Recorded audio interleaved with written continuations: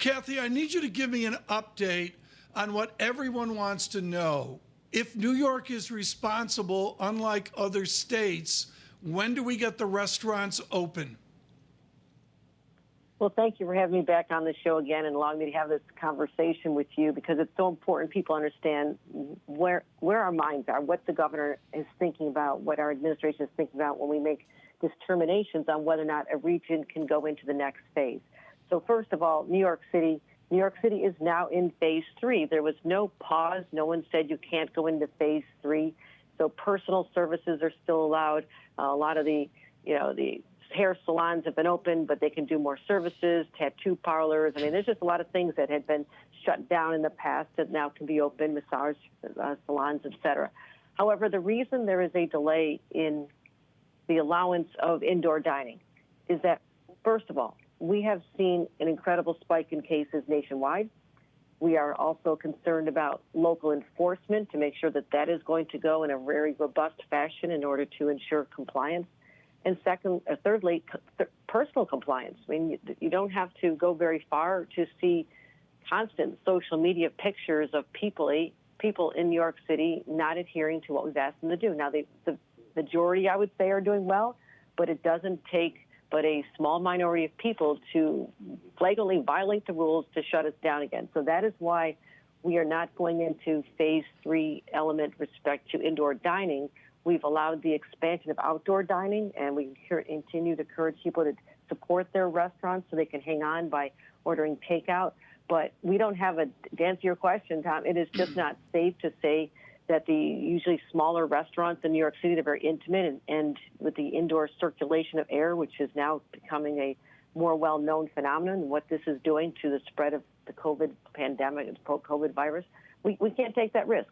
We are where we are in New York State because we are risk averse, and we're not going to do that.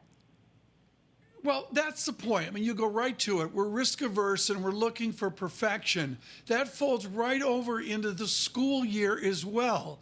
It's July, and we're getting into July. To you and all the other governors of our great 50 states, the District of Columbia and of Guam, are we going to get a school in September? Well, I don't think being risk averse when you're in a global pandemic is a problem. I mean, we're not striving for perfection. We're striving to save lives. And we are going to continue monitoring the data as it unfolds. I mean, we think about the fact that back in March, no one was even talking about wearing a mask. Everyone thought if you washed your hands, you're going to be okay. Now we are understanding just very recently that this is more airborne than we had thought, and the droplets can linger in the air for a longer period of time. So we have to have the benefit of the ability to turn on a dime, to say what we thought was right based on global experts, and New York State is being advised by global experts, not just the CDC, who are always having to question the motivation there from the president's influence. We want to trust, but we also have to verify. We want to make sure we get it right with respect to restaurants and particularly with respect to schools. This is not an area we're going to make a mistake with the health and well-being of New York children. And we only wish that the rest of the nation had followed our lead in taking extremely serious this pandemic and taking precautionary measures and enforcing the social distancing, wearing the mask, shutting down, but now coming back in a way that's thoughtful and based on the data, not just the emotion that we all want to get back to normal and back to school. We can't possibly say in July what this pandemic, the landscape is going to look like when children should be starting school in September. We're planning for it, but we're not going to guarantee it at this point. Lieutenant Governor, so important to be cautious and to care for people's health.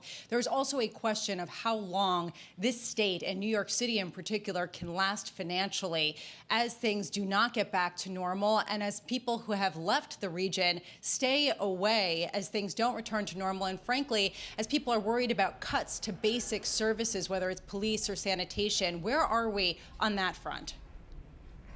There is a very simple solution. And that is that the federal government, the president, has to recognize that this is not a state phenomenon. This is not one hurricane that hits New York City.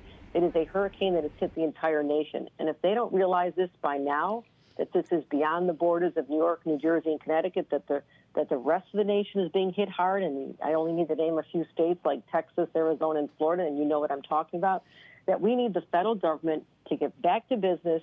Congress, the House has been on our side. We need the Senate and the President to sign a very, very robust, large, and impactful stimulus plan to help support our local governments so we can help the states, help the local governments, so we can fund the very essential services you're referring to, police, healthcare workers, teachers, and not miss a beat. And if they do what they're supposed to do, it'll help our recovery. And I've said on your show before, there is no recovery for this nation without the recovery of New York State.